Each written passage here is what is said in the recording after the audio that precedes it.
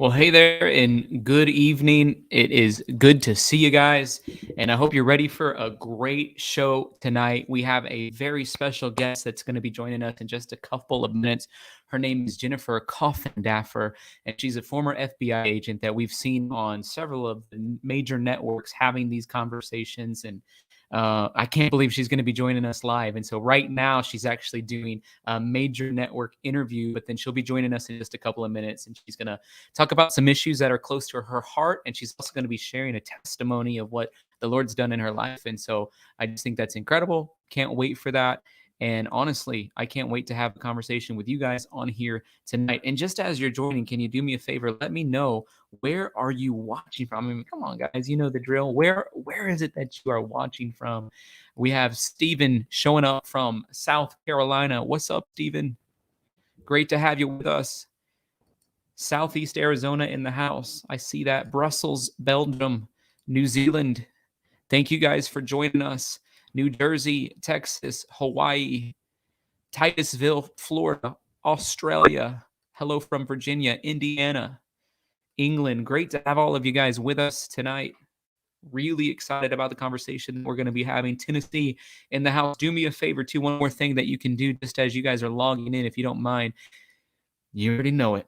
Hit the like button on the video. It shoots us out into that YouTube algorithm. And I promise you, we're going to have such a great show tonight. We're going to want as many people on here as possible. I believe some people are going to be set free from even some destructive relationships that they're possibly in. And some of the stuff that Jennifer is going to be sharing with us a little bit later. We were talking on the phone just a bit ago, and some of the stuff that she's going to be sharing later is going to be absolutely mind-blowing. And so I promise you, you want people on this stream with us. And certainly a lot's happened since we last met. And I can't wait to have some of the conversation with you guys. We have Hong Kong in the house. Are you really from Hong Kong? I can't think of another time we've had somebody on here from Hong Kong. That blows my mind. Are you really from Hong Kong? Thank you for popping in. If you're from Hong Kong, that is like incredible. Thank you for joining from Hong Kong. And wow. Love seeing you guys. Love seeing all the Feller fam. Thank you guys for being on here with us. Grateful for you guys. Hello, Pastor Tyler from Canada. Hey, how are you? Northern California. Where at in Northern California? San Diego. Michelle, great to see you on here tonight. Let's go Cards. There's lots of, Melissa, there's a lot of conversation about the Cards and their manager choice going on right now. So that's really interesting. John, great to see you tonight from Milwaukee. Hello from Alberta, Canada. Thank you guys for tuning in. Do me a favor. If you haven't done so, hit that like button. Shoot us out into that YouTube algorithm. Let's get going strong tonight. We haven't been able to be on here in a bit. And so it'd be nice to have a good, strong episode again tonight. And I wanted to start off by talking a little bit about how the Northport police confused Brian Laundrie and his mother. Here's a video from Fox 13. Check it out. His parents are back home in Northport. Their attorney said they left for a few days to mourn privately after their son's remains were found last Wednesday. And in a surprising development today, Northport police are admitting to a mistake they made many weeks ago when they thought they still had Brian under their surveillance. Well, it turned out it wasn't the case. Fox 13's Kimberly Quizon joining us live from outside the Laundrie home. So tell us what happened, Kim. Yes, Cynthia, Northport police say when Gabby Petito was reported missing on September 11th in New York, they started keeping an eye on Brian Laundrie. But sometime during their surveillance, there was a mix-up. 5 days after Gabby Petito was reported missing. All I'm going to say is I know where Brian's at. Chief Todd Garrison with Northport Police seemed confident Brian Laundrie was in their sight. But 24 hours later, Brian's parents would also report him missing. When the family reported him on Friday, that was certainly news to us that they had not seen him. We thought that we'd seen Brian initially come back into that home on that Wednesday. Northport police, they installed cameras in the neighborhood and had officers keeping an eye on Brian. They say they watched him leave to go to the Maxahachie Creek Environmental Park on Monday, September 13th. While it's unclear if they followed him or not, they thought he came home 2 days later on September 15th.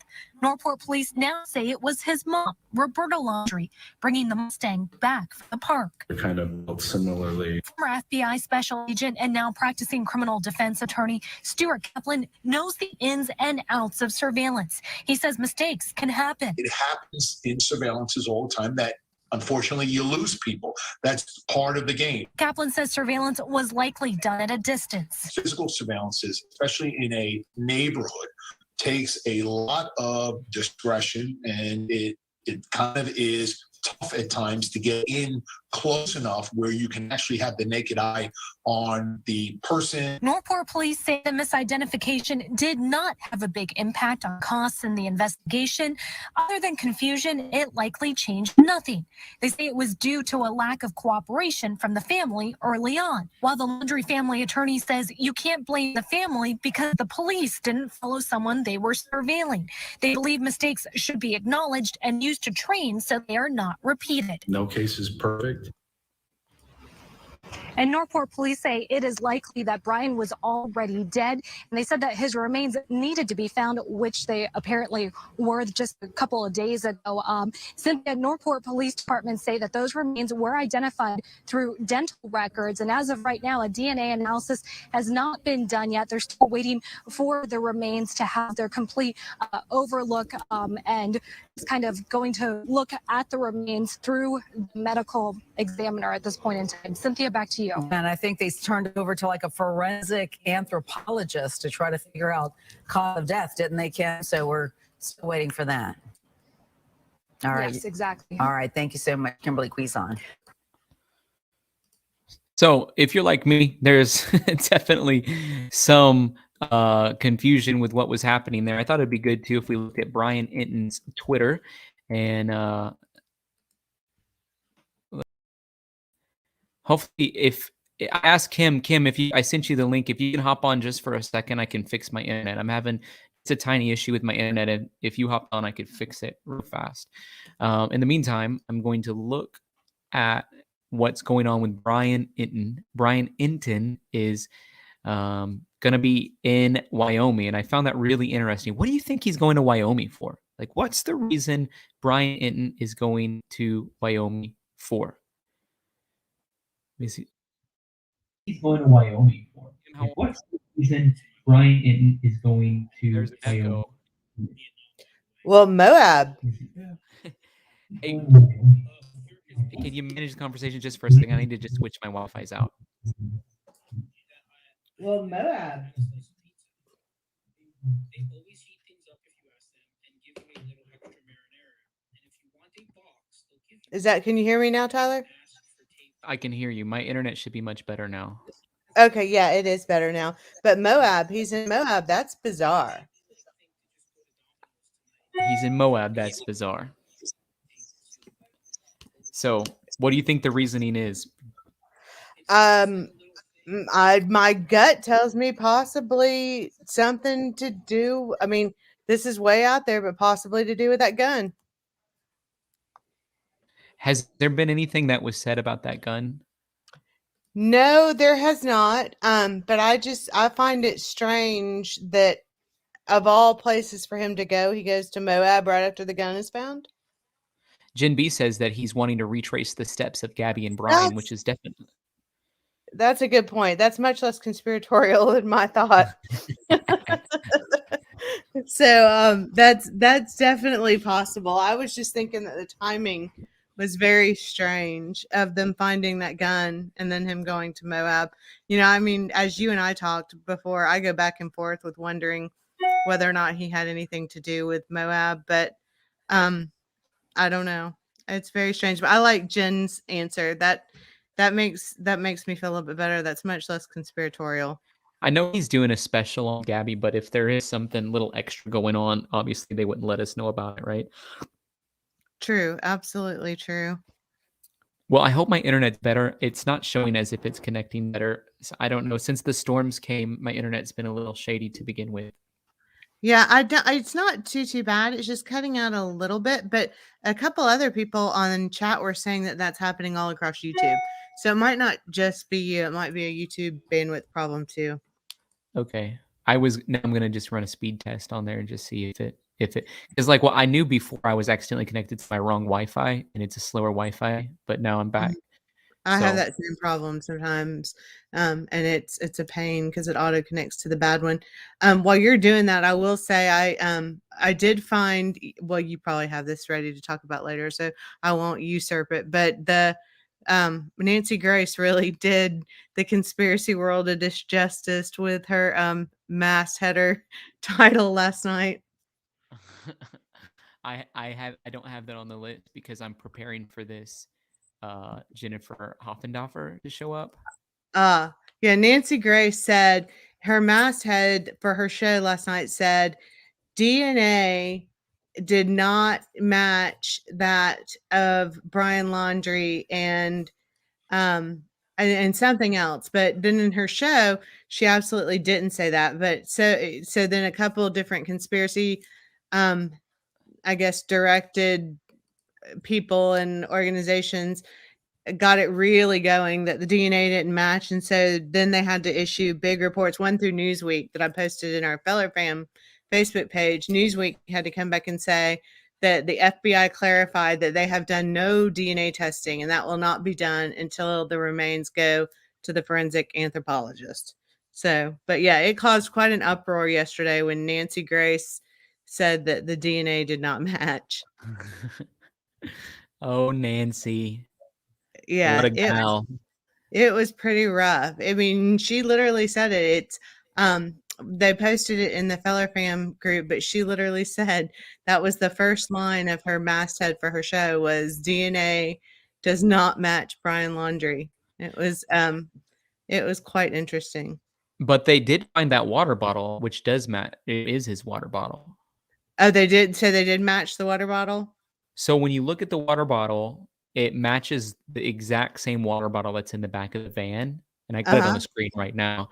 So like that, and it's kind of a unique water bottle. It's not like a normal water bottle. You just go get it at Walmart or whatever. So it is the same water bottle that's in the back of the van life on Nomadic Static channel video. Oh, yeah, I did see that. I didn't know there were some people claiming even Ashley Banfield was claiming that they thought that the protesters that were out there had possibly planted that. And so I didn't know if they had for sure said that it was theirs or if it was still not sure, because Ashley was really questioning whether or not it was possible that the protesters, I don't know what you want to call them, the private individuals that were protesting and that were also doing some searching, that they had actually put it there. And I'm not claiming that. I'm just saying that's what Ashley had said. So kind of Do you interesting. remember the other night whenever, what's his name, Tony sent in all of those photos from when he went on the hike at Carlton Reserve? Mm-hmm. I found this interesting. He went on that hike. He searched to and fro everywhere you can in the Carlton Reserve. And he sent us at least 15, if not 20 pictures. Every time that there was a spray paint circle, he sent us a picture from it. Mm-hmm. So he left literally no bone unturned. Mm-hmm. And the next day or 2 days later, then it comes out of the woodworks that there's bones out on the loose and that the FBI or whoever was out there, Northport Police, did not do a good job picking up bone samples.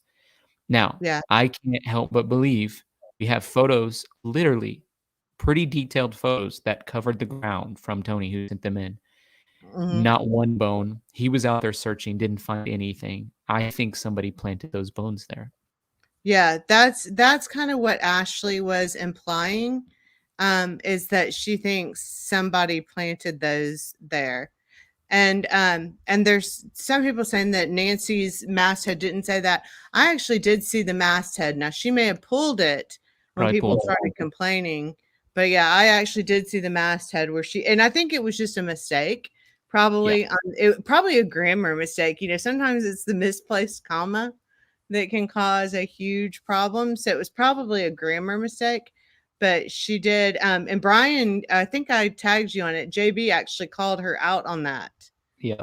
Fake And news. so But she was the one who made that one no, she part. wasn't. But And she never said that in her show. I watched her show. She never claimed that the DNA didn't match. I think it was just whoever typed it in just did a poor, it might have been a character thing where you only have so many characters and they left out a word that made it read really wrong. But a lot of people, Skyline News for one, took that and ran with it completely. well, thank you for hopping on and make sure my Yeah, internet's on. absolutely. I'm I excited have to hear more Jennifer. questions for you if you have a second, or if you have to go and you want to be in the chat, that's fine too. Oh no, I'm good. Okay, let me shout out John. John, thank you so much for the super chat. He said, "Hey, Tyler fam, Don't Stop book is coming soon. Make sure to get your copy. You know it's going to be awesome." Thank you, John, for that. Thank you for the super chat. Thank you guys for your support. Thank you guys for liking the video, sending us out into the YouTube algorithm. And if you can hit the like button if you haven't, just because by the time Jennifer Coffindaffer gets on here, I think we need more people on. Just it's more people, the better we can ask her questions.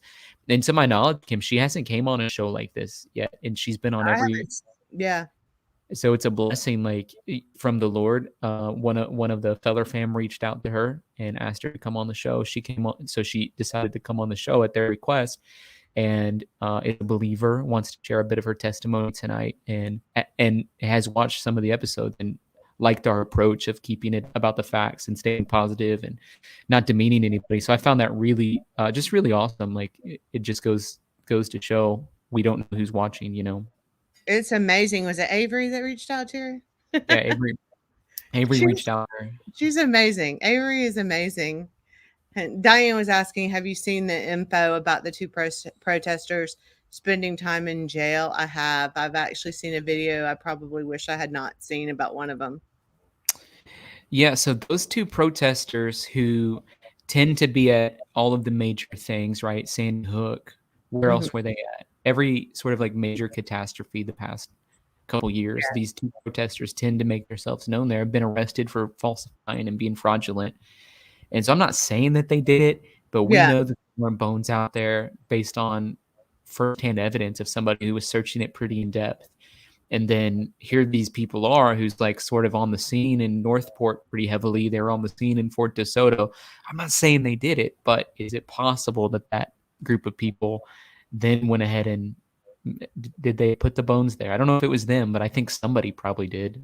Yeah, I think somebody probably did. And I'm not saying it's them either. I mean, they've done some good coverage that to me they've gone a little overboard on some things, but that's just my personal opinion. But I don't have the clout that Ashley Banfield does, but she flat out called them out. So and Jennifer Coffindaffer too. And Melinda, thank you for the super chat. Melinda says, I've been praying for the truth to come out because I feel like it was all staged. They look like they came back from a weekend trip, not grieving. I think she's talking about Brian Laundrie's family. Yeah. I mean, I've shared with you, part of me thinks that they either if this was him, that they either definitively knew that earlier than we did. Possibly. I think they've had some time to grieve. There's some weirdness, high strangeness there. What do you think we should ask Jennifer when she comes on? Why the FBI is being so quiet? I mean, I know that they keep things close to their hip, but we've literally probably heard 2 statements from them. We haven't heard anything else from them about this entire case, really. After Gabby was found, they've gone quiet. And so, I mean, obviously she can't tell us what, but it seems like that implies something to someone that would know. I would be interested in her opinion on why they're so quiet. Because I mean, obviously they keep some things close to their vest, but with him allegedly deceased, it seems like they're keeping an awful lot still very close to their vest. That's what it feels like to me. Lauren, thank you for becoming a part of the Feller fam today. And I also just wanted to thank Melinda again for that super chat a second ago. They're keeping a lot of things close to their chest, and even just going through Brian Mitten's Twitter, it's like I wonder if they were hanging out with Cassie. That's sort of what they said, right? The Laundries went, and I wonder what that was like. And they were seen going into a Target. Roberta and Cassie were seen going into a Target in Orlando.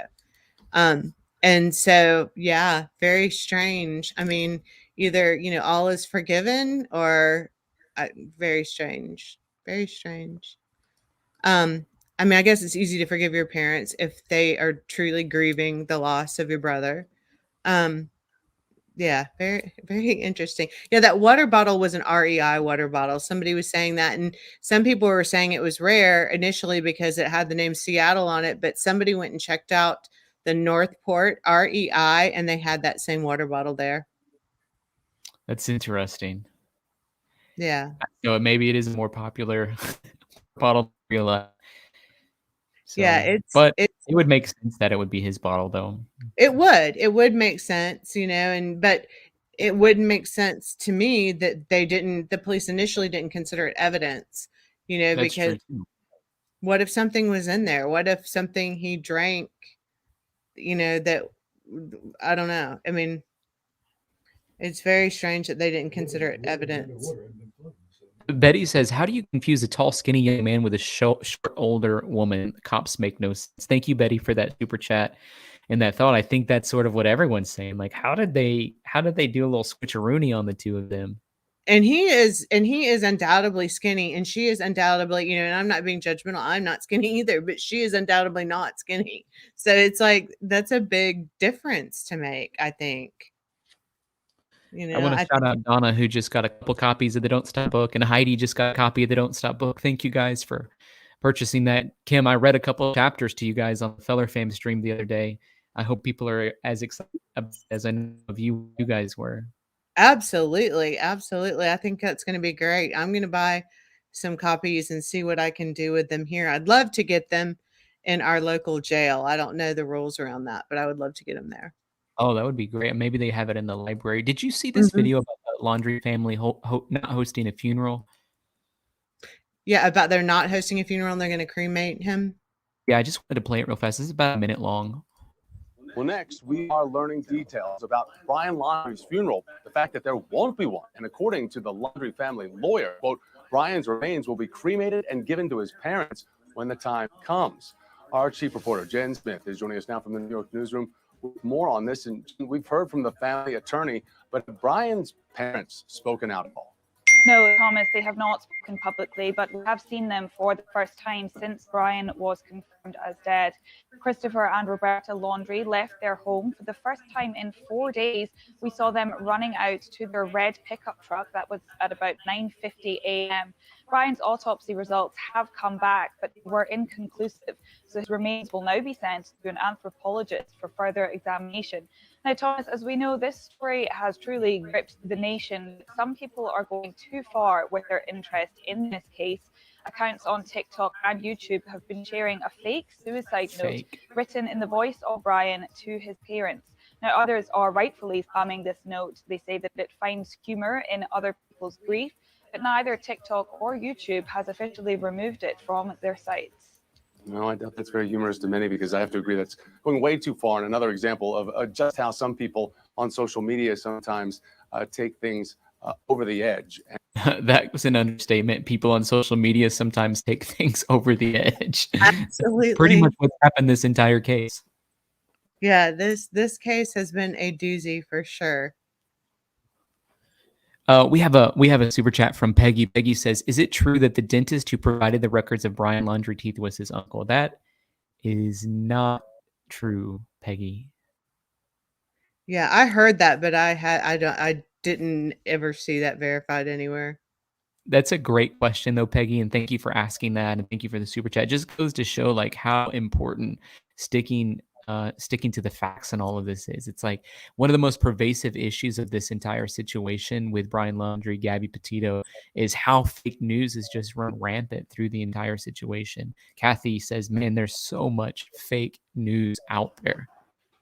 Yeah, JB really went down that path today. He was really frustrated with the amount of text and emails and tweets he got directed at him about the DNA quote not matching. That he really went off on the whole fake news thing today. I saw that. Did you tag me in that? Yeah, I did. What's his thing? WFLAJB? Yeah, I think so. We gotta have people doing things like that. Is my microphone? Can you hear me, or is it cutting out? It's still cutting out a little bit. Not bad. I mean, it's not every other word or anything. I can understand what you're saying, but I it is think it cutting must be. out. My internet speed is like 100 megabytes per second. My upload speed's like 100 megabytes per second. So I think it's not my internet. I think it's the YouTube. Yeah, Jen B said in the chat that YouTube has some known issues right now. So I think it is a YouTube problem. Okay, I thought maybe it was my Wi-Fi. So I have two Wi-Fi networks, and I switched, and it didn't fix the problem. So Tatiana says, Tyler, please check and reach out to Doug Life from Newport. He's on YouTube. He's got a lot of good info on this case. Thank you, Tatiana, for that super chat. We will for sure reach out to them and Doug, and as long as he doesn't use foul language, maybe we'll have him on the show. We got to be careful about that around these parts. Yeah, and Jen, Southern Girl Jen, where she said that she's not sure she'll fully believe it yet until the DNA results are in, and I get that. I mean, there's, I pretty much believe it's him, but there's still a part of me that believes that, or not believes, but that questions, until we get the DNA in. I guess it's just not done in my head either. I mean, I've said this many times on the air, but there may be some new people watching. By the way, Michael, thank you for that super chat. It means a lot to have your support.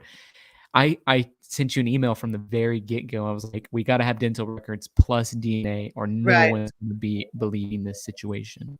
Yeah, I mean, because dental records. I like I told you in that email. It reminds me of, what was it? Keep the Whole Nine Yards with Bruce Willis, and that's exactly how they got out of a crime, was faking dental records, which didn't seem to be too hard. Obviously, that's fiction. Obviously, that's a movie. But the point being is, dental records are a lot easier if you're going to go the conspiracy route. It's a lot easier to fake than DNA. Avery says, I would like to discuss Jonathan Riches in detail, please. So, Avery, I'll send you the link. You can come on and talk about that because I think it is interesting. Thank you, A Voice for Hope, for becoming a member of the Feller fam. And thank you, Avery, for that super chat. So, do you know who Jonathan Richards is, Kim? He's one of that protester guy. I do. That's I read sick. his on Twitter. I read, a couple people have posted his rap sheet on Twitter. So somebody had said, make sure to be careful not to make unsubstantiated claims. And this is definitely not unsubstantiated. He's actually been arrested. He was arrested for impersonating the uncle of a Sandy Hook victim. He's also been arrested or not arrested. He's also been I guess, I think he was arrested, but this is me trying to remember what Twitter said. But for frivolous lawsuits, he was actually did some time in jail for one of those two things. I'm not sure which. And there is a video going around that is undeniably him, where he is acting provocatively with a picture of one of I think it's the Sandy Hook shooter, but it's all over Twitter. So that's not supposition. And he actually addressed it. He said some people are more concerned with the past history of someone who has paid for their crimes than what they're doing now to help find justice for Gabby. So he has addressed the video is very obviously him. It's kind of weird. It's kind of creepy, but he anyway, you definitely don't want to watch it, Tyler. It was only a clip and it was in a Twitter feed, but it was very provocative and very interesting. I'm not quite sure what the story was behind it, but Well, Avery sent me a lot of information about him, and I studied. I didn't watch videos on him, but I looked into a lot of the stuff that they were saying. And people are saying God forgives, right, in the chat. Yes, God absolutely forgives anybody with a pure heart. Yep. But if you're sort of involved in something scandalous, then some of your repentance is turning and walking away from those environments, not showing back up on the scene of the next scandalous thing. It doesn't really show that you're trying to get over it. It just shows that you got caught and you spent some time in prison. So yeah, I just, obviously we can't claim to know his heart. And I know, Tyler, you never judge people, and I'm trying not to. It's just the stuff that's out there is pretty scandalous, and it's following the same pattern. And that's what's, I guess, concerning to some people that, are making comments. I really, I've seen some good interviewing. He was the one that interviewed Cassie and did a good job. But it's just he's an interesting character. I mean, so do you think he's out there for pure reasons or scandalous reasons? Honestly, I don't know. I don't want to, I'm trying not to judge his motive. Because I guess I wouldn't want somebody to judge mine if it was, I don't know. I mean, if my gut tells me that I don't feel like it's 100% pure, but that's just my opinion. And I'm not saying that I'm right or wrong. It's just the impression I get because he does seem to go for those high profile moments, that are very in your face kind of moments. And that's the only thing that kind of makes me question his sincerity. Margie K says, God is the judge, we are not. Please pray for both families. No one has all the facts yet. Too much speculation in many ways. Don't judge. Thank you, Margie, for the super chat. We're not trying to judge, I don't think, in any of this situation for the Laundries, certainly not for the Petitos. And when it comes to this Jonathan Riches guy, we're not trying to judge, but we are saying if the past behavior is indicative of future outcomes, then in this situation with him, very likely that we need to maybe trust but also verify. And the burden of proof, since he has so many negative situations again and again, the burden of proof's on him, not on us, because he's again and again has done some situations that were difficult. Like Melissa says, we're not judging, this is just a discussion, and there's a difference. Yeah, absolutely. And as far as, the Laundries go, I feel like, this channel probably has more empathy, and sympathy and empathy are totally different, and I think we have more empathy for the Laundries than I've seen on many different channels, trying to understand why they might have acted the way they did instead of just condemning the way they acted, is trying to figure out, maybe there's a reason, and trying to have empathy for their positions. I definitely, and we've all prayed for both those families. So I definitely think that we're not in a judgment mode over the Laundries. I mean, we can say that it appears they made mistakes. It appears they made some errors in judgment, but as in terms of, judging them or convicting them unfairly, I feel like we've really stayed away from that. I absolutely do. Kim, hey, do you mind calling back in if you want? Not, you don't have to, but do you mind after Jennifer's on if you want to share some thoughts? Absolutely. Thank you for calling in. Okay. Talk to you soon. Yep.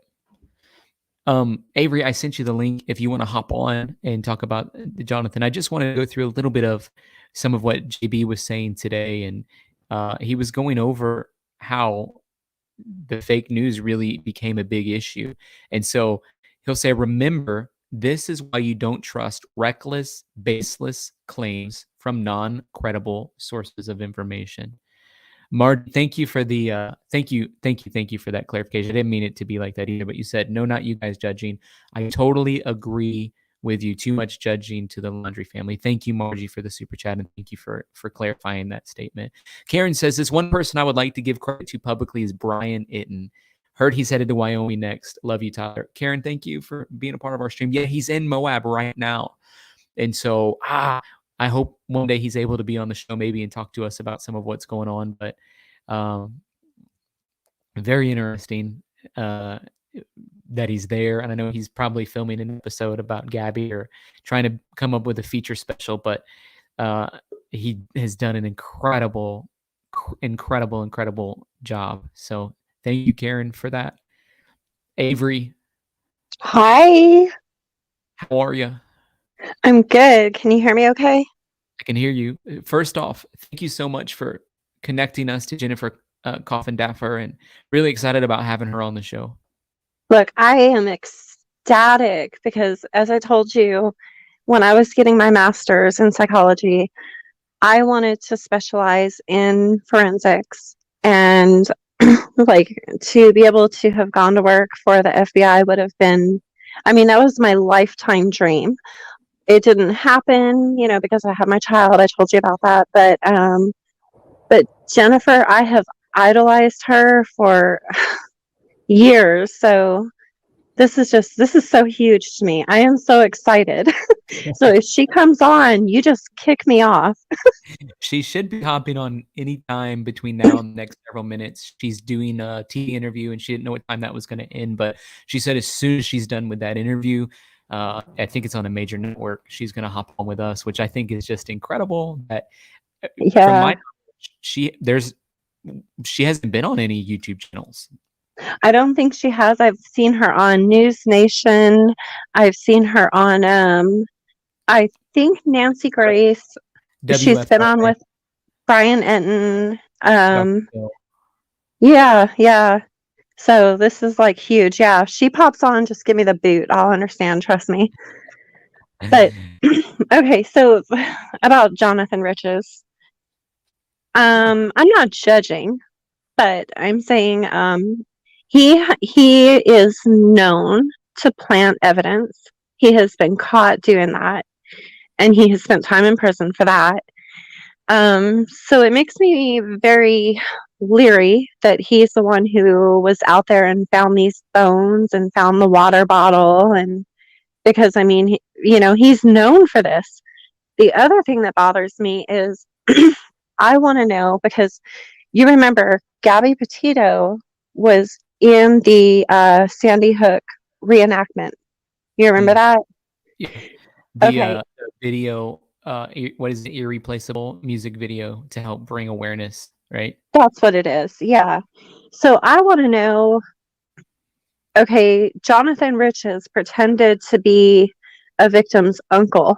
I want to know if this was the same time that Gabby was involved, and if he knew her then, because that has been driving me bonkers. But I haven't been able to put dates together. So Jennifer Coffindaffer text me. She's here? No. She's texting me about something. Oh, okay. I was like, okay, kick me off. Bye. I'm emailing. She just was like, hey, I'm having. She's like, I need the link again. So she might be hopping on any second. Okay. Well, I'm gonna hop off. I'll come back on later. We'll stay on for just a second because she might hop on and just right now. I don't know if she's hopping on right now or in a few minutes. Okay. But I think that Jonathan Riches needs to be looked into. I think the people in the neighborhood, because I need it to be good when we have Jennifer on. Do what? How bad is my audio? Because I need it to be good when Jennifer's on. Oh yeah, you're good. It's just that for me, because I'm calling you from my phone and I don't have those Bluetooth earbuds, I have to put the phone up to my ear to hear you. So that's why I keep saying, huh? What are you saying, huh? Yeah, but you're good. I'm excited. And so back to the Jonathan Riches thing. You sent me some images. He was involved in an Uber lawsuit. He was incarcerated at the Federal Medical Clinic in Kentucky for fraud. He was there at the situation that happened in, where was it? Outside of Milwaukee. Mm-hmm. With what's that guy? Derek Chauvin. Yeah, Derek Chauvin. He pretended to be Derek Chauvin. Yeah. Pretended to be him. Be Derek Chauvin, which is the police officer that was involved in that situation. Was it George Floyd? Uh-huh. Yeah. So he pretended to be that guy. Yeah, he's a big, huge scam artist. And I think that all the people that live in that neighborhood of the Laundries, I think every single one of those neighbors needs to know who that man is that is standing out in front of that house. Because I can tell you right now, if he was in my neighborhood out here on my street with his history, there ain't no way. There's no way he'd be gone. Raji, I wouldn't want him. Is that how he makes money, going to these tragic events? Well, he makes money because he's sued over 1,500 he's filed over 1,500 lawsuits, and he was winning quite a bit of those lawsuits before they caught on to him. Wow. Yeah.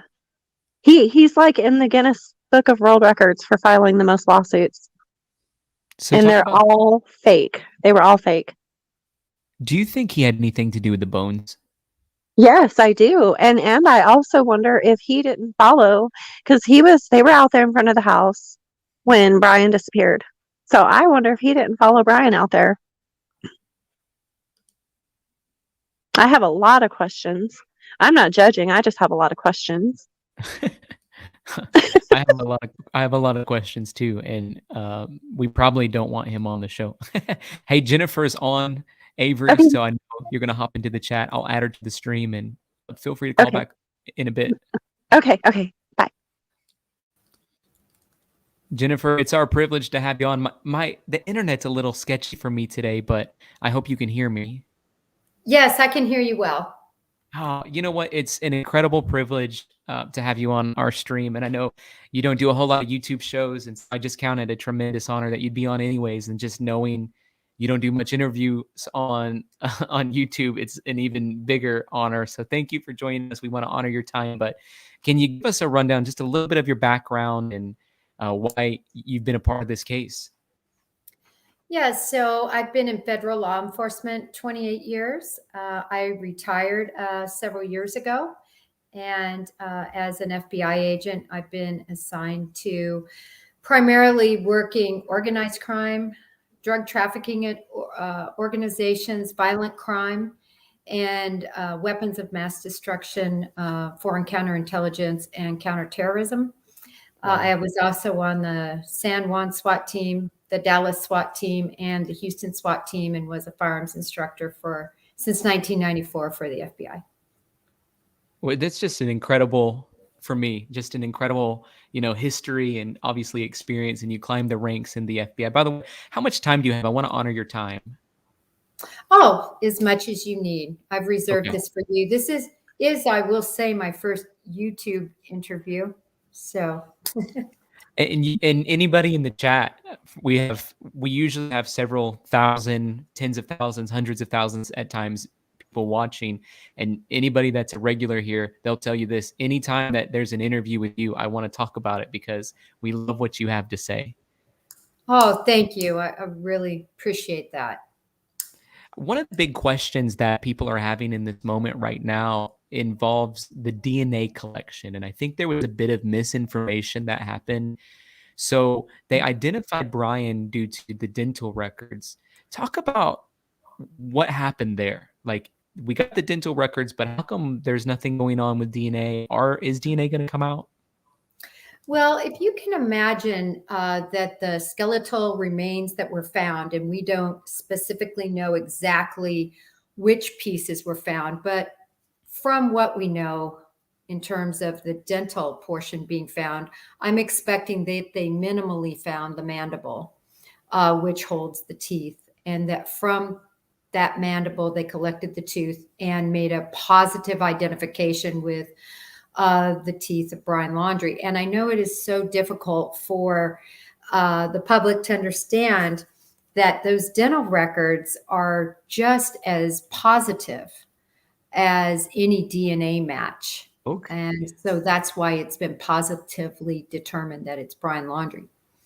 So there's no doubt in your mind, because that's the thing about the internet and social media. They're like, oh, it's fake. They know how to fake dental records. Yes, no, coming from the FBI, I 100% believe that they have a positive ID of Brian Laundrie.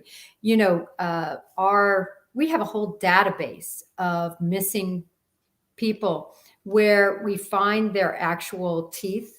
And the FBI has a huge database regarding these teeth so that they can possibly make identifications further down the line and match against other known dental records.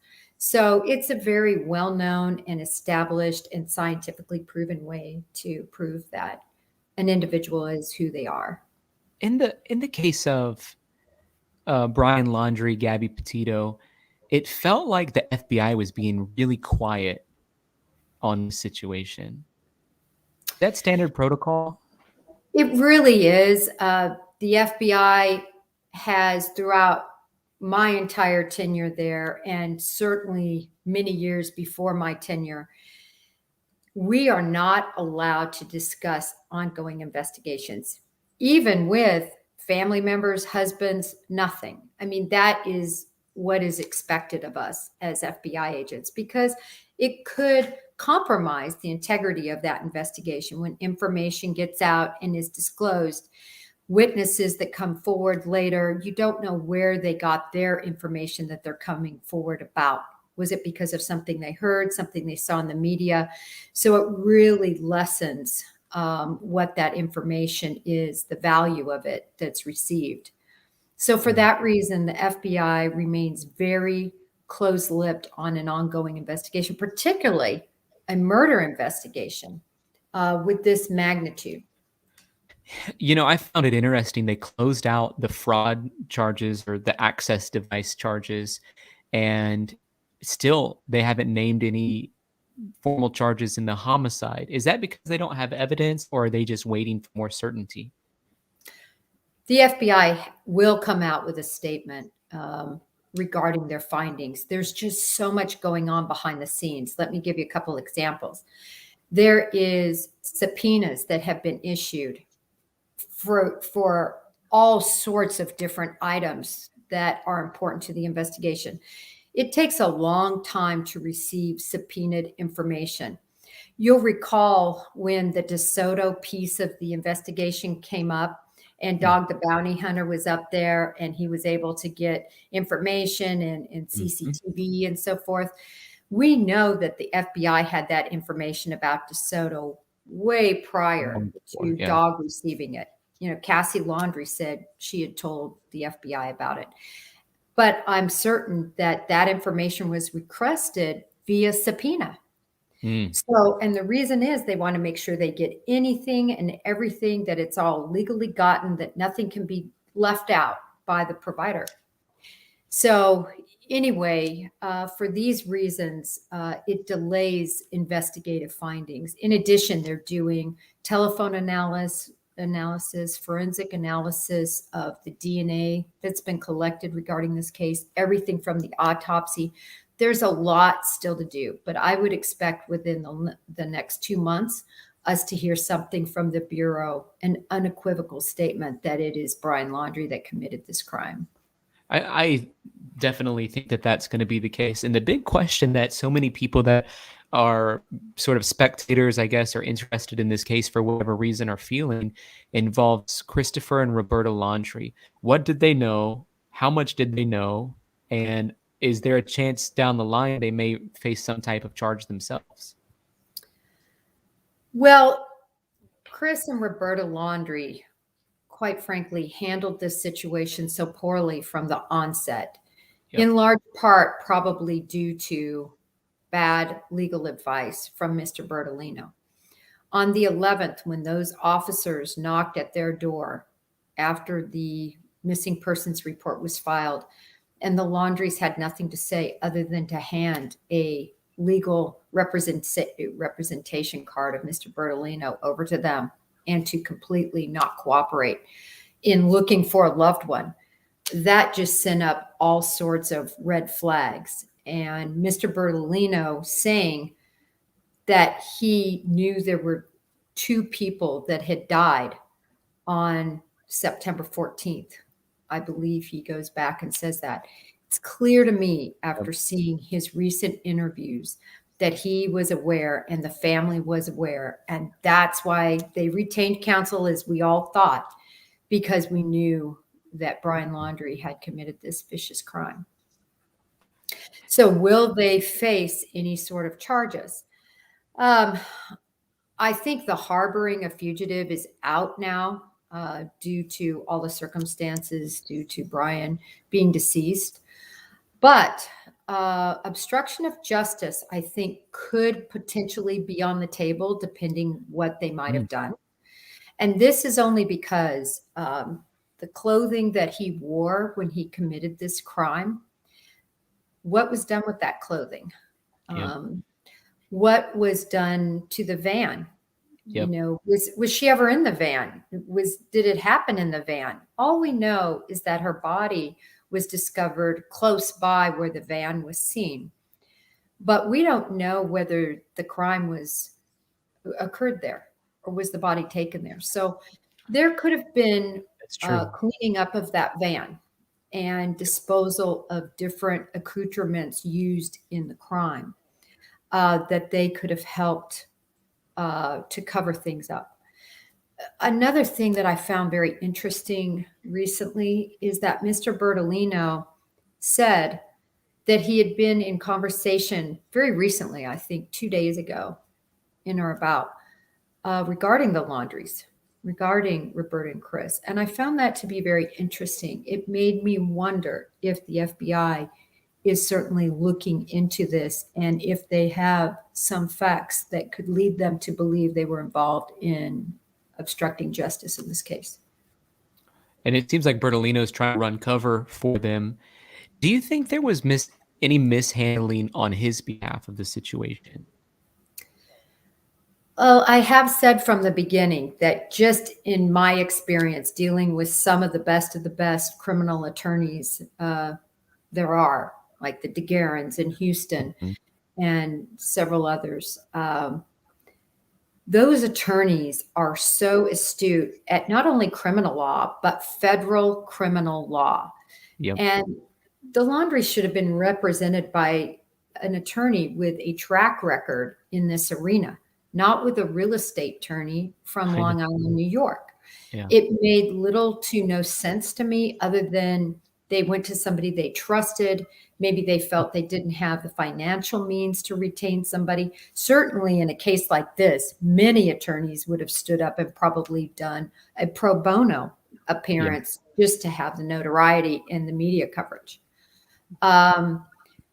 Bertolino, by having them take their Fifth Amendment so early and not help with providing any information to help law enforcement find Gabby Petito's body was absolutely horrible, in my opinion. And I think minimally he should have released some sort of information saying their last known campsite was X, so that that body could have been recovered earlier. But I wonder if this was very purposeful, because I'm sure he knew in the elements of the Grand Tetons that that body would decay. And the longer it went before she would be discovered, the less amount of evidence would be able to be gleaned from her body. Another thing that a lot of people have been talking about is potential mishandling through law enforcement, specifically either the Moab law enforcement or the Grand County Sheriff's Department and then the police department in Northport, Florida. And one of the things that I've said repeatedly was these are situations in small towns, especially in Moab, where they're not used to dealing with probably this type of situation. How do they know how to handle it in a town of 5,000? What's your perspective on that, on some of the chatter that's been going around the police mishandling or not? Well, a couple of things. Let's first talk about Moab. Any domestic type situation that you're called out to is extremely dangerous for the officers. In this case, of course, you had a van, you had two individuals. There wasn't a lot of the circumstances regarding that situation that they felt their lives were in jeopardy, probably. But you have to really have more caution when dealing with these domestic violence types cases, because so often they turn their anger on the officers and they actually stand up for one another. We saw that in Moab when Gabby Petito is asked about if she was attacked, and she says, yes, I was hit. And she says, of course, sort of, my face was grabbed, but you know, it still hurts. But she made excuses. But honestly, I hit him first is what she said. Exactly. Yeah. But I hit him first. And that, of course, completely turns the evidence that they have now more toward Brian. However, independent witnesses saw him hitting her. And that's, of course, much stronger than a domestic violence victim just trying to make excuses for her abuser. They, as you know, talked to them for well over an hour, which is a lot in these sorts of cases. Typically, law enforcement is very busy. They don't have this amount of time to spend, and they make their decisions more swiftly than this. So I liked that there was all this information gleaned. I liked that they separated them for an extended amount of time. They made sure he had an accommodation separate from her. They let her keep her van. And I thought all of that was so well handled. What I think the public struggles with is why wasn't somebody charged? Thinking that if somebody would have been charged, possibly this whole murder would have been thwarted. However, the true machinations of how this works, if they would have charged, just say both of them, because they had probable cause to believe both of them had hit one another. He had scratches, she had bruising and bruising on her face. They would have charged them. They would have taken them in, processed them, fingerprinted them, and would have released them most likely on their own recognizance. These individuals didn't have criminal histories. They couldn't have been held for any extended amount of time. No judge is going to hold them for an extended amount of time on domestic violence charges, and likely each of them probably would not have testified against the other. So they said they wouldn't even. They wouldn't. I'm sure they wouldn't have.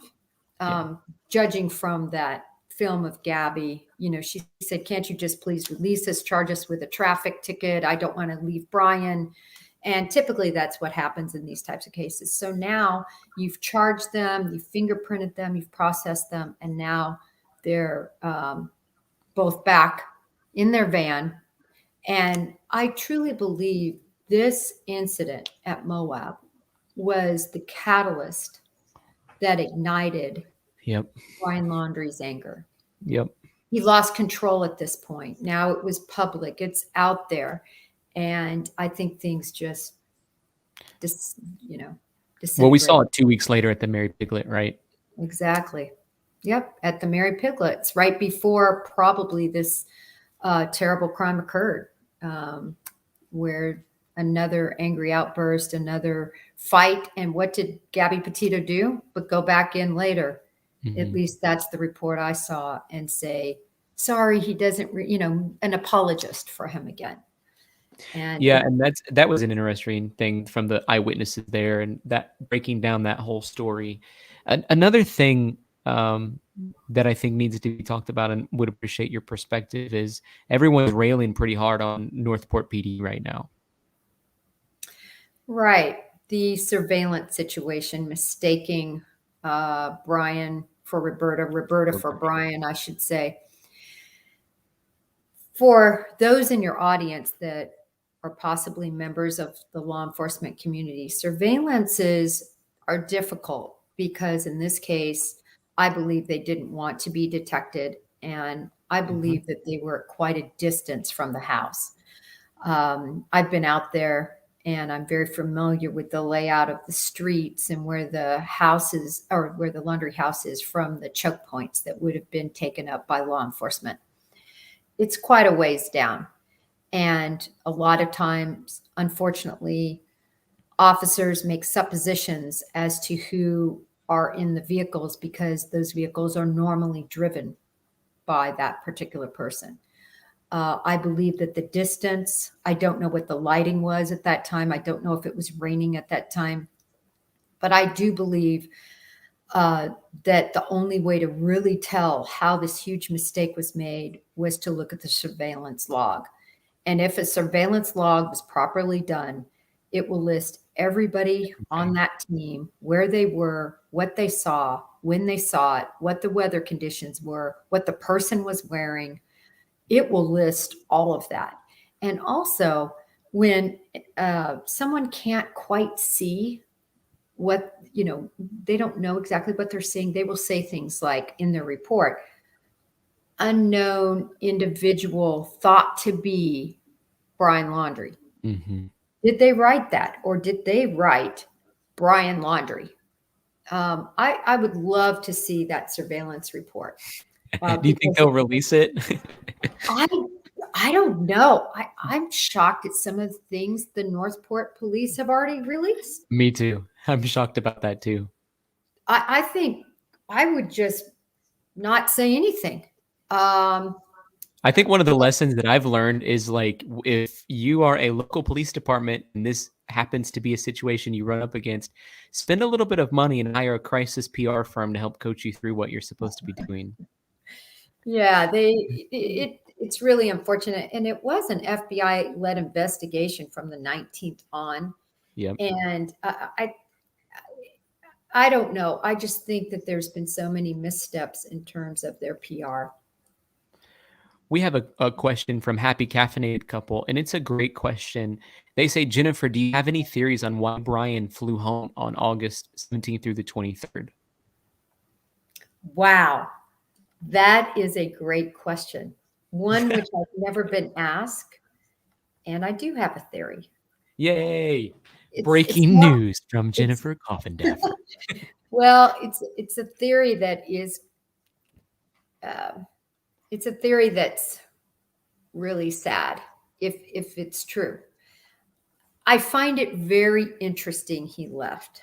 And of course, this was just a few days after the incident, which was on the 12th, occurred in Moab, that he went home. Yep. And I think that after that incident, they were not getting along, that things had completely disintegrated in their relationship, and that they decided to take a break from each other. And I believe that was possibly instigated by Gabby. Mm-hmm. And I only say that because through the information we have this excuse from Mr. Bertolino as to why he came home. And that excuse was to pick up some items, which made no sense to me. They had planned this trip for months and months and months, bought that van in 2020. And what could you carry back in a suitcase that you couldn't buy at Walmart? I just don't know what would have been so important to fly all the way home. The second part of their excuse was that they had to clear out this storage locker, this joint storage locker. And that made no sense to me. They said they were going to try to save money. I don't know if you've seen a picture of the storage locker, but it's, not the Ritz-Carlton of storage lockers per se. And the amount of money, and I researched this a little to make the flight back, it was quite expensive from Salt Lake City to Tampa and return. So that never really added up to me. Yep. And this gave me pause that at least I thought if he would have come to trial, that they needed to explore that this was premeditated from the standpoint of he was clearing everything out, cleaning everything up, and preparing for possibly the intent of possibly taking her life when he returned if she insisted on leaving him. And I hate that would be, that just would have to be entertained. I'm not saying that that's what happened, but I am saying it's a possibility that law enforcement would have considered. The thing that didn't make sense to me was, if there was a breakup situation going on, why was Gabby sort of waiting at the airport hotel for 6 days? It's almost like she anticipated a comeback from him, or maybe from somebody. That's what I was trying to make sense of. None of it makes sense. I think this is a couple that is codependent on each other, a typical domestic violence situation where, in their own way, they loved each other very deeply. Yep. And she, I'm sure, missed him, wanted him to come back, was there waiting for him. Again, huge expenditure in money. None of it makes sense, but for him to go back and clear out that storage locker, when you consider the timing of everything, the 12th is the fight. He leaves. He's gone almost a week. He comes back imminently after that. There's the big fight that breaks out at the restaurant. And then, of course, very timely with probably when her life was taken. It just gives me pause as to why he really went back to clean out that locker all of a sudden. The only thing that I could make sense of that was if he had a 12-month lease he had to re-sign. But then again, it's not still probably enough reason to go back. And if he was like, I don't want to re-sign that lease or whatever, but you do the math on it, it probably would have been cheaper. How much is the locker? $50? Yeah, I don't know what their rental agreement was, but it certainly looks like about a $50 a month a place. I don't know, though. I don't want to say that, I don't want to conjecture, but just based on, looking into storage units myself at different times I've had to move. I do find it interesting, too, that you just wouldn't ask your parents to handle that. That's another thing I thought of. I'm like, yeah. The only thing I could think of is like there was a little rumor about potential divorce between the two. Roberta possibly has cancer. She's wearing the arm sleeve thing. If there's tension and strife in that situation and the mom's sick because of the cancer situation or whatever, and like, come clean out your storage unit out of a moment of frustration. That's the only logic. It's small percentage of likelihood for me, but that's the only thing I thought of. Yeah, there's just no good reason why you interrupt this huge trip and, you're out in the sticks, it doesn't make any sense to me why you would interrupt that trip other than to take a pause from each other because of the breakdown of the relationship and the volatility of the relationship. That made sense to me, to take a pause. Mm-hmm. And then perhaps they just decided, since they were on this pause, to clean out the locker. But I don't like how it all unfolded. I don't like how it unfolded either. Tiffany sent in a super chat and says, a viewpoint on if they went right out to find belongings, talking about the Carlton Reserve and Roberta and Christopher, why not for several days prior to reporting him missing, even bring home the car? So I think the question there is, how come Christopher and Roberta didn't do a missing report sooner, essentially, is how I would boil down that question. They brought him in the car. This has been something that has bothered me from the beginning. I totally concur with your listener. We now know it's the 13th. I never liked that date change that they said it was the 14th, and then they went back and said it was the 13th. None of their actions make sense in terms of being concerned parents, especially knowing your son just came home with the fiance's van and she's not there. Yeah, and I think we all believe, with the retaining of an attorney, that he had committed this crime, especially after what Bertolino said, as I previously commented. So the fact that you would not, especially seeing also his belongings, his cell phone, his wallet, his identification, my understanding, was left behind. And so the only reason somebody would do that is to go on the run or to go commit suicide. And to not make a report makes no sense.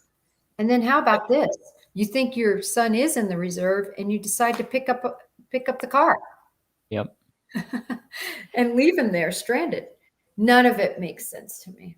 Hey, you already were my favorite, but this extended version of you is really nice. Thank you.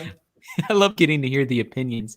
Avery sent a super chat in too a minute ago and said about Bertolino, and we missed it because the topic had sort of shifted, but ask Jennifer if she knows if Bertolino broke any code of conduct or moral or ethical code with his bad advice or withholding information. Well, I think he slipped. And there's a big difference between slipping and intentionally slipping. Yeah. The biggest one I see that he said was, we have 2 people who are dead on the 14th. That's what he said. And that, to me, he learned through a privileged conversation. However, it is been very unclear as to how privileged his conversations have been, since he's held these conversations with multiple people around. Yeah. By his own admissions. So the parameters of privilege don't necessarily apply when other people are there. So, it's certainly been interesting. So do I think he's going to be disbarred? Do I think he's going to suffer any criminal exposure? Probably not. But just a case of bad counsel, in my opinion. Kim sent in a question that actually several other people have been sending in as well. Do you think there's any connection between Brian Laundrie and Kylan and Crystal, the two that were murdered in Moab?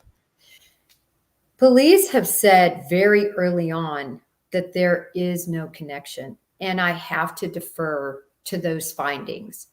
I believe they have a lot of evidence in that matter, and I'm going to defer to that finding that it's unrelated. That's good. Thank you for sharing that. And obviously, as more information comes out, Brian Itten's in Moab right now. He might uncover something that none of the rest of us that haven't been to Moab said. One of the things that I think is important we talk about, Jennifer, is how are we connected to this case? And for me, I understand what it's like to be in a toxic relationship. And when I look at Gabby, I see my little cousin Lily, who has the world before her, is full of incredible talent. She's only 13, but I just thought that's really just a few years down the road, and she might be wanting to go on a van life, a van life trip of her own. And my heart just breaks thinking about the whole situation and how people I love could have easily been in that situation. And the number of people that have emailed me because they've been involved in DV situations is astonishing. And some of them are trying to find a way out. What is it about this case that really drew you into it? It's so relatable. I think Gabby Petito, that innocent, fun, charming young woman, and the fact that all the vlogging that took place, everything seemed idyllic in her relationship with Brian. They seemed very much in love. And I think we saw it all shatter when the Moab camera body cams come out. And so from that standpoint, I think we all can relate. We all know somebody. We've all been in that situation, or, have been around domestic violence. I just think it's so common and it's so relatable. And I think that's why. And I'm so glad you brought that up as sort of the last point this evening that I was hoping to address. And that is, it's easy to get caught in all the details of the missteps of the police and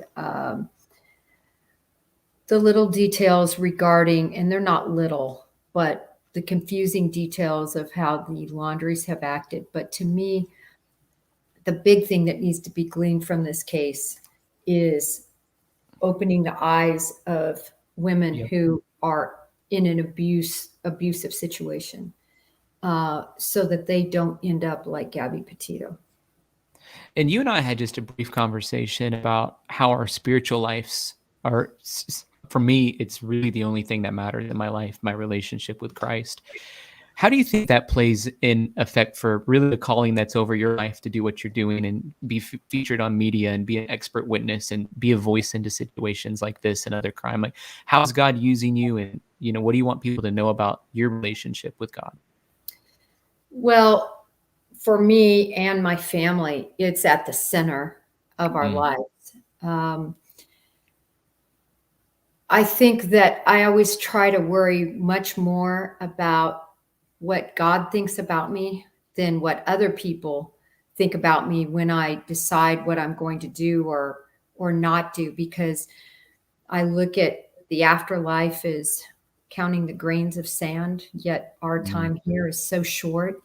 And our time here, I think, should be definitely a ministry and trying to live one's life to the fullest and do the most they can do. And my involvement in this case, I know so many people just wonder all these questions you've just asked. And I have a unique opportunity to provide the backstory. You know, how does the FBI work? How does law enforcement work? Just to kind of alleviate or to put some light on, you know, the investigation and how things have unfolded. And it's very certainly enjoyable to be able to hopefully do something positive in this realm. But for me, my daily life is all about God and my family. And it's the number one thing in my life. And that's unbelievable. And I appreciate you sharing that because, you know, sometimes on some of networks and things you're on, you don't really get an opportunity to share from your heart like that. Would it be okay if I prayed for you? Yes, Just ask absolutely. God's favor over you. So, Lord, we thank you for Jennifer. We thank you for the light that you put inside of her to shine to the world around her. And Lord, I just pray it gets brighter and brighter.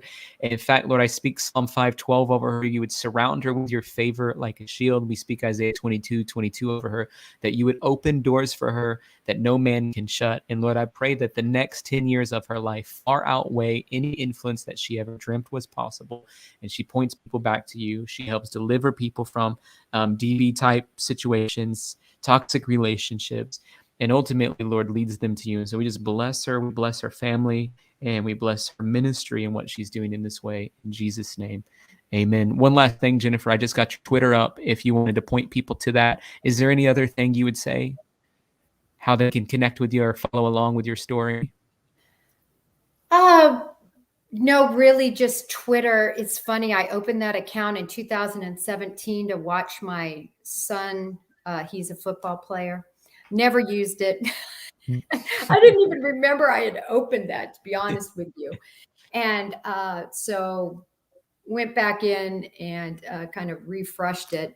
There wasn't even a photo or anything. And so that's certainly the best way, just to follow what's happening. I'm going to really try to continue to bring to light domestic violence issues as well as other missing people, not just females, but males all across the board, because I think Gabby Petito's legacy is going to be the fact that this light is shining now on these two areas that have been a little bit ignored by the media most recently. Oh, And thank you for that prayer. And I wish the best for you too and your ministry and what you're doing here to bring real news and real people talking about real situations, not conspiracy theorists, but really bring forth facts. So it's wonderful. Well, thank you, Jennifer. And we'll stay connected. If you ever have somebody you're working with, feel like needs prayer or whatever, let me know. One last chat from Avery. Please tell her she is such a huge inspiration to me and many other women. So. Thank you. Thank you for joining us, Jennifer. Have a great evening. All right. You too. Bye-bye. Guys, wasn't that incredible? I know I can't hear you clap, but can we just clap for Jennifer and just celebrate the fact that she was on here with us? And what a blessing. I want to strongly encourage you, if you guys have Twitter, go give her a follow right now. She's going to do a great job keeping up with that Twitter, she just said, and really highlight some posts and things that we care about. And I know that there were some of you guys who were on here, but were unable to get your super chat on the screen. And I think the conversation was moving in different places. And so I do apologize if you guys had sent a chat that we were not able to get to, but I saw them and I appreciate it. And I know she was appreciating the questions as well. Thank you, Jinby, for the comment. You're saying amazing. Carissa says, that was awesome. You're a great interviewer. Thank you, Carissa, for the encouragement. And I was just really excited about the opportunity that we had to have the conversation with her in that way. And Avery, if you want to hop on, or Kim, if you want to hop on, would love to just sort of debrief with you guys and get your perspective on what we really were able to just do together. That was incredible, amazing. And it sort of hit me by surprise today whenever we were able to have that conversation. Just looking through some of the comments that we have coming in. Thank you, Mountain Kayaker, for the super sticker. Kathy says she was amazing. Such a great lady, Spirit of God as well. And, that's one of the things that I thought was incredible. Like, we were able to have a spiritual discussion together, and it was good for me to to hear that from her perspective, that what she's doing is actually a ministry, that it's not just something about crime or something about being able to tell people the backstory of, the FBI, but it really is an opportunity for her to be involved in ministry in a meaningful way. And so I can't thank her enough for being a part of the show. And thank you, Avery, for giving us the hook on that. That was incredible that we were able to do that. That was amazing. Kim, how are you? Good. I won't take up too much time. I just want to tell you what everybody was saying in the chat. Everybody was amazed with Jennifer and just how well spoken she was, how great of a job she did at answering all the questions. I mean, I think it was a total win. Good job, Avery. Up. Yeah, you're smiling from ear to ear. Everybody was so complimentary in the chat. Avery did a fantastic job getting her on. It was so good to hear Jennifer's professional perspective, because we can all, hypothesize, but she's actually been there, done that. And it was just amazing. I like what she said about, I'm not quite sure that was a definitive answer about the Moab thing, but I like I like what she said. So, what did you think about that? What did you think about that answer? She was probably being pretty specific on what she said, because she has to have great relationships with law enforcement, and that, and she was a law enforcement, so she knows what it's like. So to be able to say, I just kind of defer back to the statement that they've said, and I'm going to stick with that. It might be telling, it might not be, but like I said, hopefully some things will come out whenever Brian is in Moab that he may be able to uncover. That's why I'm like, he didn't go to Jackson Hole. He didn't go to the Grand Tetons. He went to Moab right now. That's his first stop. I found that interesting. I do too. I find that interesting. And, I go back and forth between, as I go back and forth between thinking that they're involved or, related, not related, related, not related. And so I saw several people asking that question in the chat. So that's why I thought I'd go ahead and ask it. But yeah, I mean, if we could have her on again sometime, that would be amazing, because I know a lot of people had questions that they didn't get answered. I'm just telling you right now, Avery came in clutch on that one for me today. And for us, really, it's not me. This is a collection of people for all of us. Avery came in clutch, and I know she's got some feelers out to some other people that may be coming on too. I'm not going to say their names as a spoiler alert or whatever, but Oh, I know one that I wish she'd get, and that probably is one of them. So I'll just be quiet. But yeah, hopefully she does. And so I'll jump off here pretty soon, let her jump on so you can tell her thank you. But Avery, I will tell you thank you. And Tyler, again, everybody in the comments was more than complimentary. Everybody was really impressed with what she had to say. And I will say one question somebody asked, and I can't remember who, was whether or not when they had the conference call, the Ashley Banfield question, where Ashley Banfield had said that privilege doesn't exist on the conference call where it was with Roberta, Chris, and Brian. And I will say, I'm not saying this is the word of, the word, but I did ask an attorney about this as well. And they said if they're all his clients under different agreements. So in other words, his agreement with Brian, he has agreement with the parents, but he has confidentiality expected by all of them, then it would fall under lawyer privilege. So I think it just depends on the agreement he has with them, and whether or not Roberta and Chris are also his client and Brian is his client. I think that's where the difference is, maybe in opinion. So, and some of the conversations happened when law enforcement was there, according to the interview that he gave. So, Yep. And Christian saying the Laundries haven't committed any crime. It's time to let go of your hate for the family. I hope that's not directed to me, because Tyler, I've pretty much defended the family more than anybody. Yeah. So I hope that he's just talking to people in the chat. Yeah, I think and Bernardino did say that the FBI had, and this is in all fairness, Bernardino put this out there, the FBI had a conversation with the Laundries about, what they could potentially be charged with. So I think, it's fair to assume that they would have also had an agreement with Bertolino, because he did say, he's the one that said that the FBI had a conversation with the Laundries about possible charges depending on their level of involvement. So that was put out there by Bertolino, not any of us here, and it's not a conspiracy. So. Well, thank you, Kim, for calling back in. I appreciated your recapping with me. All right. Have a great night. Yeah. Bye. Rochelle, thank you for the super chat. You said, great interview, such a great show tonight. I enjoyed hearing the behind the scenes of her opinion. Thank you, Rochelle, for that. Tracy, I see you out there. Thank you for that super sticker. Means a whole lot. Lita, thank you. Thank you for just the super chat. Thank you, Avery, for getting Jennifer on, and Tyler for asking the perfect questions. Yeah. Shout it all out. Really, it's her first time ever doing a YouTube show, and she picked this show of all the shows to do. I was blown away when it was just blew my mind when she called me earlier today. Avery had told me she was coming on, and she called me earlier, and her name was on the screen. It was blowing my mind. So very interesting and really cool. Avery, you have the link if you want to hop back on here. JW says, top-notch expert opinion and a top-notch interview by Tyler. Thank you, JW. Tina says, love the Feller fam, love this channel. Thank you, Tina. Thank you, Tina, for your encouragement. Michelle says, great job with your questions, Tyler. Thank you. Thank you, thank you, thank you. I'm only going to have a couple of callers tonight just because I've had a long day.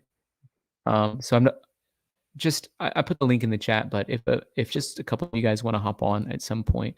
Avery, how are you? Oh, shoot. You're on the air.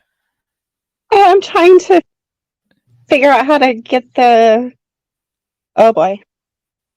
I know, but I'm trying to figure out how to get the... Am I echoing? No. Oh, okay. I had both. I don't know what I did. I had both going. I had the YouTube up, and then I clicked the link and I had that up, and I could hear it echoing. Well, shout out to you for doing such a great job of getting Jennifer on the show. That was amazing. Well, thank you. And I was telling the chat that they don't have to thank me, because I really believe in this show, and I've told you, Tyler, I believe in you. This is the first time I've ever seen a Christian channel combine true crime cases and do it in a way where I don't even know what the words are, but it's just so unique, and it's just I don't even have the word. I am still so my mind is still blown that she was just on there and I could actually ask her questions even in super chats. I couldn't even type right. I was misspelling my words. Austin says, what happened with the call with Avery and the Grandma Laundrie? Well, that fell by the wayside once we realized that Brian was no longer alive. Oh yeah, the aunt, Kathy, and I haven't reached out to her, but so I did tell Tyler I have been messaging with Cassie, because I mailed the sympathy card to the Laundries, and I wanted to make sure that it was okay with Tyler first before I even mentioned Tyler in anywhere in the card. But just told them, that if they ever come to a point where they want to talk publicly or privately or pray, that, Tyler's non-judgmental. He will pray with them. And I wanted to make sure that that was okay. Then when I seen that they left their house, I had messaged Cassie again to tell her that card was coming, because I know they're not home, and my personal opinion is that they're not coming back. I think they're going to sell the house and they're not going to come back. They came back to the house, I think, this afternoon. They did? Let me double check. That's what I saw a report that said. I'll just double check.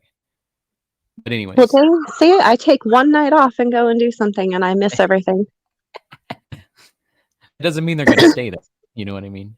I have a feeling they'll sell the house, but yeah, so I I believe they're just back at their house in Northport. Yeah, they are.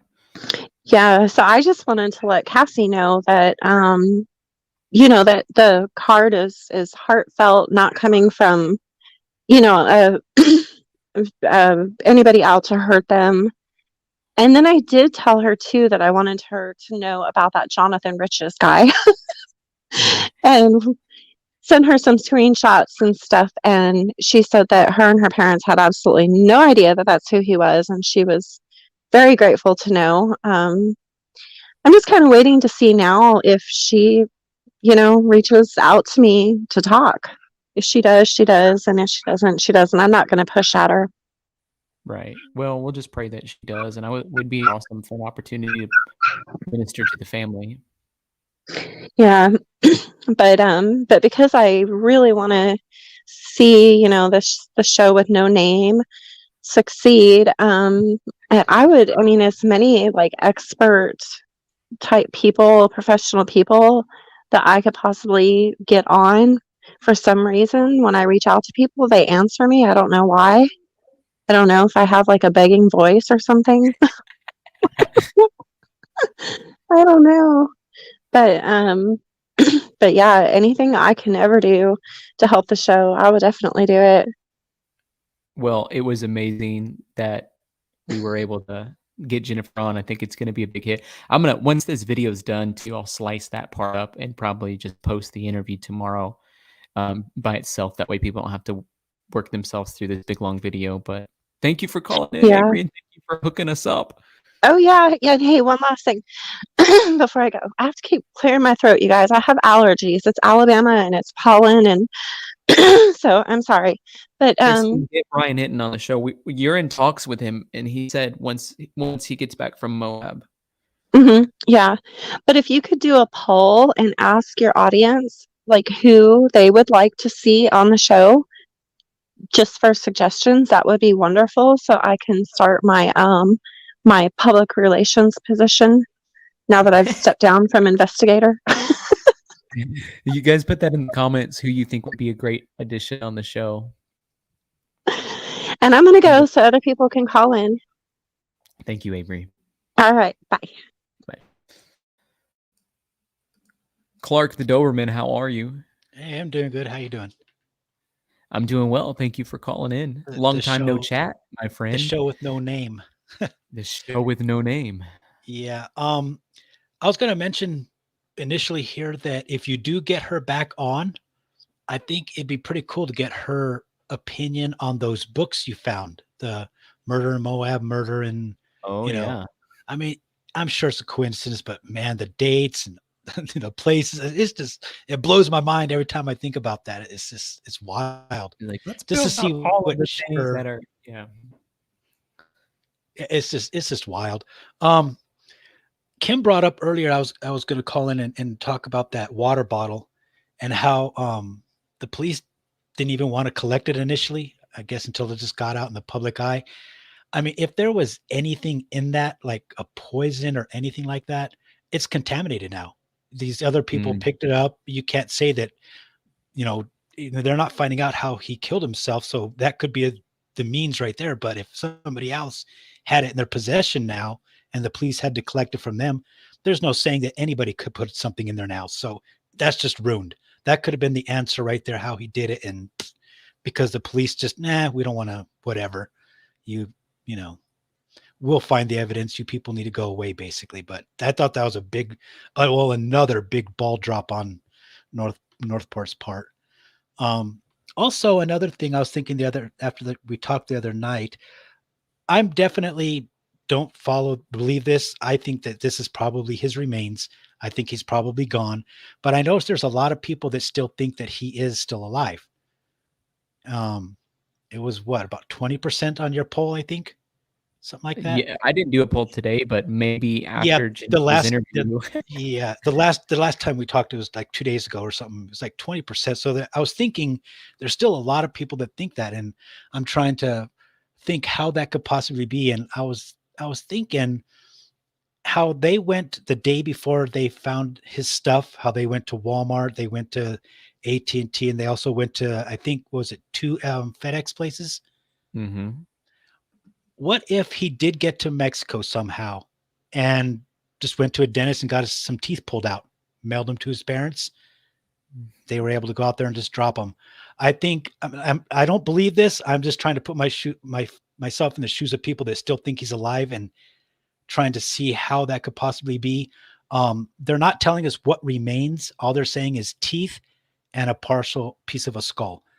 And without DNA, do we even know if that's part of his skull? And is it just teeth, or are they still in the jaw? It seemed like Jennifer thought that it was probably still in the jaw. Yeah. So that would definitely say that he's no longer around. But if it's just teeth by themselves, Yeah. and a piece of bone from anybody's skull, that could have just been sent to the parents. They went and picked them up at FedEx, and then the next day, after going to Walmart and picking up a bag and all that other stuff, they could have just gone out there and dropped the stuff.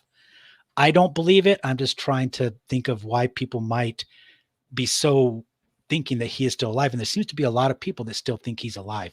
I think those are his remains, but. Jen E makes a good point saying that the dental analysis is as accurate as fingerprints. Well, I agree. And they could be his teeth. Unless they're actually still in the jaw, they're just teeth. You know what I mean? I mean, they could have just easily been pulled out. I mean, we used to go to Mexico all the time for our dental work because it's so cheap and we're so close to the border. And that's what got me thinking that if he did make it to Mexico, he could have just gone and got them pulled. But we don't know if they're teeth and a piece of skull, or if they're actually still in the jaw. And all they're saying is partial remains. So we really don't know. But I think they're his. Don't get me wrong. I don't think that, something like that happened. I'm just trying to think about what these people, that there seems to be a lot of people, and what could make their case actually a little bit more viable. And that's the only thing I could come up with, is how his teeth and stuff got out there. If they are just teeth, that is. So and I don't think most anybody thinks it's just teeth. Yeah, I think it's probably jawbone, and because if they're just teeth, when they're out of the jaw now, where they're sitting in the mouth, what angles they're at and stuff, now that's all changed.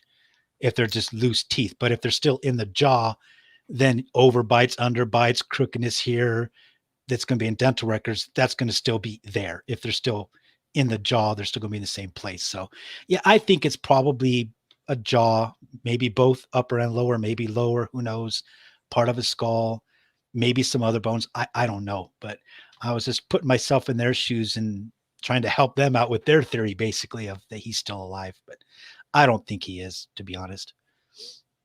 Well, thank you for calling in tonight. Yeah, definitely. Good show. Thank you. I want to shout out Grandma Patty, who said, "Wowzers, guess who liked my tweet?" Jennifer Coffindaffer. Congratulations, Grandma Patty. Your Twitter is on fire. And then Renee was asking some questions about last night. Just couldn't make it last night. And then, she said, "How'd your doctor's appointment go today?" Well, it was a doctor's appointment. That's what I'll say about that. It didn't. I don't have a whole lot of answers, honestly. So they did. Jin B was saying, yeah, they did say partial skull. So hey, if you guys don't mind, shout out to our mods who always do such a great job. Can you just name them when you see Jennifer Rochelle or Jin B or Cameron Crazy or Simple Envy or Michelle in there, or whoever you see that little wrench next to their name, True Helper, when you see their name in there, would you guys mind just say thank you to them, give them a shout out, let them know that you appreciate them, helping with the stream, being a part of what we're doing, encouraging people. I think it's really awesome. Patricia, how are you? Shout out, let them know that you appreciate them, helping with the stream. There's an echo, so I'm going to mute you just for a minute and see if you can get it straightened out. I thought I saw the chat. I want to shout out to the people who joined the Feller family today. Shout out to Denise, Voice for Hope, and Lauren. Thank you guys all for joining the Feller fam today. All right, Patricia, are you there? Yes, I'm here. Can you hear me? I can hear you, yep. Oh, I'm so glad. What a great show it was tonight. Thanks. Shout out to Avery. And we've missed you, by the way, for the past couple of days, Tyler. We know that you've been busy with life, but it's so good to see you back. You and I have kind of been emailing back and forth with the timeline situation and the updates with Bertolino and his back and forth changing of comments, statements, dates, timelines. And we had a little bit of a storm come through the Pacific Northwest. I had mentioned it to you, knocked out power. It was quite a storm. It looks like everything's going to be okay now, but it's been delaying me from really getting the material sent to you. So I don't want you to give up on me. Oh, it's okay. You take your time. How's that sound? Oh, that's great. Thank you for that. You know, one of the things that I was wanting to mention to you, I did send a couple emails while we were watching your program right now. One of them was that apparently the law enforcement investigating Crystal and Kylan's murders, they came out today and said that they are going to do some cell phone digital evidence. Apparently, there's a cell tower not far from that area, and they're going to go in and see which cell phone companies, providers were used and the timelines that they were used as well. So I think that's going to be interesting. I don't know how long that'll take or what they will reveal since the case is ongoing. That I hope they release the information about that too. Well, and I'm wondering since Brian Enton is in the area, I'm sure he's gotten that news, and I wonder if he will pursue that. It's something that, you know, hopefully he can get a hold of some information. He's going to be producing all the programming, and then he's going to be on, I think it's Thursday, Brian is, yeah. I hope that he uncovers some interesting facts for those of us that are inquiring minds. Yes, you know, and again, it's just puzzle pieces. Just when we think we've heard everything that will be allowed, something new comes up, like this this weapon, this gun that the fisherman apparently fishing off Camp DeSoto, he happened to pull up his line, and there was a gun attached to it, and it looked like a red and white lanyard wrapped around this weapon. It's been turned over to the FBI. They're going to check it out. Some people say it sort of looks like the gun that Gabby was posing with in a photo, you know, a few months back. I didn't think it looked like it, though. It may just be a red herring, no pun intended, but it's interesting to see if anything comes out of that as well. Well, I so appreciate you being a part of the channel, and you do such a great job. When you're on, you're so articulate, and you've done such a great job doing research, and you care so much about this. So just thank you for being a part of our community here. Well, and thank you for, you know, having this kind of a forum that you can bring Jennifer on like you did tonight. And it's still, I believe that this case, as we're talking about it on your program, you know, the Lord is involved in this. We're not trying to stray out with speculation. There's a lot of misinformation, but that we really have a heart, you know, I believe it's God's heart for this case, you know, to really be solved and resolved. And I love the way you're handling it. So thank you, Tyler. Well, thank you. Have a good evening. Thank you, Tyler. Bye-bye. We love Patricia around here. Amelia, how are you? Hi. So one thing, I've been following this case, like watching every channel, hours and hours of information, and just trying to make the best of, not make the best of, but put together the most logical things based on the facts. And one thing I know that's been stated by many professionals is that they would have had to have found the teeth in the jaw, like on the mandible or the jaw. There's no way that they would use loose teeth to identify. So I know somebody had said that earlier. That's a good think it's odd. clarification. Yeah, I do think it's odd that with such partial remains that they just so happen to find part of the jaw.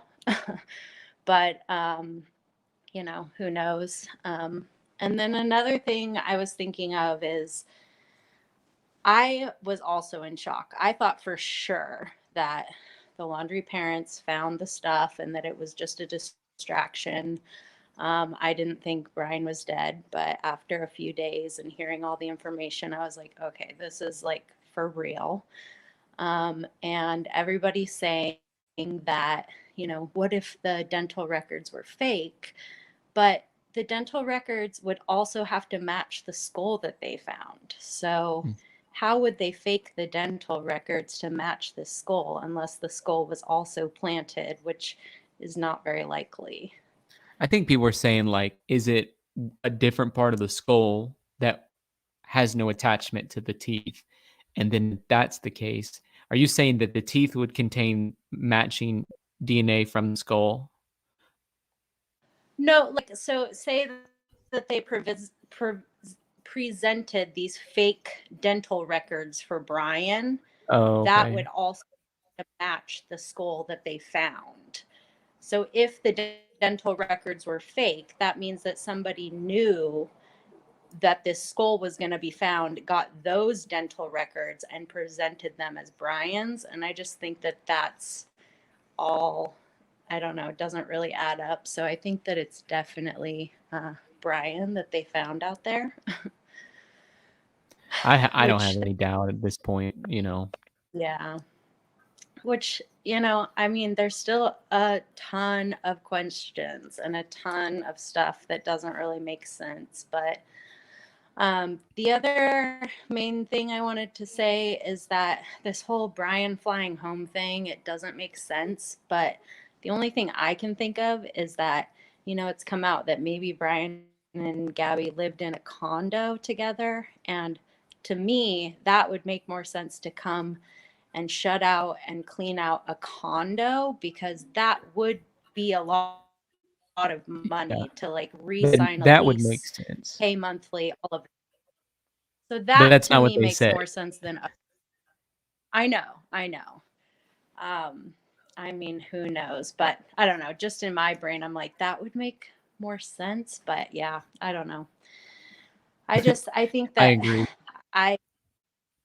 I've been, enjoying the investigation and the breaking news and all of this. But once Brian was found, I broke down and cried. Like, not necessarily out of sympathy for him, but just all of the horrible things that have been said about him and his family over this past month and a half.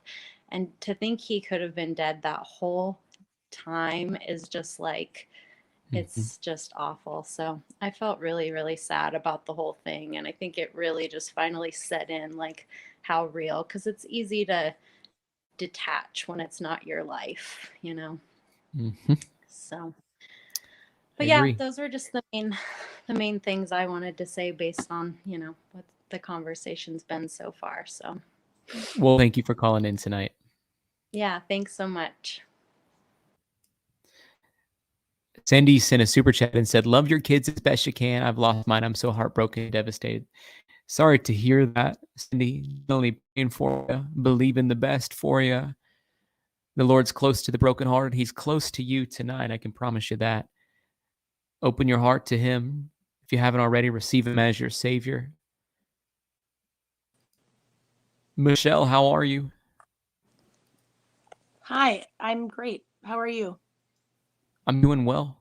Great. We have a super chat from Renee who says WFLAJB, and Masha, on your screen right now, we're seeing it's the mandible bottom jaw with teeth, apparently no top of skull. Okay, Yeah. That's wonderful, Renee. Thank you for that clarification. I didn't catch that, and thank you, Renee, for the super chat. Yeah, it's typically the bottom teeth. I just happen to know this. Don't ask me how, but Okay. the bottom I was teeth like, are you a are usually dentist? well, I've known a few. Point being, they stay. If you notice with elderly people, You'll usually see their lower teeth longer than their upper teeth. Remember the dentures and all that? They have more roots, and I guess they just last longer, but that's not why I called. Number one, I of all nights I jumped in late, and I cannot believe Coffindaffer was on tonight. Me And neither. I did the review right through the chat. I didn't want to bother you, but I didn't find an answer, and I'm dying to know. Sorry to waste your time, but how did you get her on? Was it Avery? Avery just messaged her, and apparently she had been watching the show and is a Christian, enjoys the Christian perspective, and enjoys how we handle it with truth. Yep. And don't go into the conspiracy theories. And so for her, it was like she'd never been on a YouTube show, and she wanted to come on this one. Oh, isn't that cool? I can't wait to go back and watch it. I couldn't even believe it when I saw that. That's so cool. Like my mind was blown when she was calling me. I'm like, oh my gosh, like this is exciting. So yeah, no, that is so neat. I can't wait to rewatch it. And then the only thing I was thinking of, and I know that you tend to take a tactical view and kind of try and look at things from a critical thinking standpoint. But I was thinking about this today. I guess it's more of a personal thing, but I was thinking about a relationship like theirs, Gabby and Brian, and I started to feel, and I was confused by it. I started to feel a little sorry for Brian. If you watch the Moab police video, you're gonna feel the same thing every time. But if you go watch, the Nomadic Static video, which Gabby made, Brian didn't make it, she made it, and she really cared about him. I don't know if it's relevant to the true crime perspective, but it made me feel real confused. And I just was wondering what your thoughts on that. If you think that I know there's no way to pontificate this, but it's just tough. Do you think that, how do you look at it is, I guess, my question. Well, it's an interesting topic, and I think Jennifer was right on the money when she was saying these are two people who are desperately and madly in love with each other in their own way, and there was some dysfunction also, and I think that can't be lost. Yeah. Yep, that's how I look at it too. From a religious perspective, do you pray for both of them? Well, my perspective is a bit different than some certain branches of Christianity where we just believe those decisions have to be made before your final moment. Yeah. But I pray for their families for sure. Well, in his last moments, however it ended, as long as he accepted Jesus Christ as his savior, he'd be redeemed, correct? Absolutely. Yeah. Yeah. Okay. And I hope that happened. Me too. All right. Thanks, Tyler, for taking my call. Thank you for calling in. Yep. Bye-bye. Guys, what an incredible opportunity we've had tonight to have great discussion. Wow. Incredible feedback. Jennifer Coffindaffer was on the line with us, and it just blows my mind. And thank you guys for being such a great part of our community here. And I just want to pray for you. Father, thank you for everybody that's tuning in tonight. Lord, if there's anybody on here who doesn't have a relationship with you and wants one with you, can you just draw their heart to yours? And Father, I just pray for every single person on here that you would bless them, the things that are heavy on their heart. You'd give them peace, give them joy, supernatural joy. And Father, if there's anybody in here that's in a toxic relationship or a DV situation right now, we just take courage to leave it. You're going to meet them there. We just pray they give boldness to you, Father, and walk in obedience in that way. And if there's anybody in here that has any ailment in their body, any sickness in their body, in the mighty name of Jesus, we tell it to go. And we thank you for healing coming upon them by your stripes, by your wounds, in Jesus' name. Amen. Thank you guys for being with us tonight.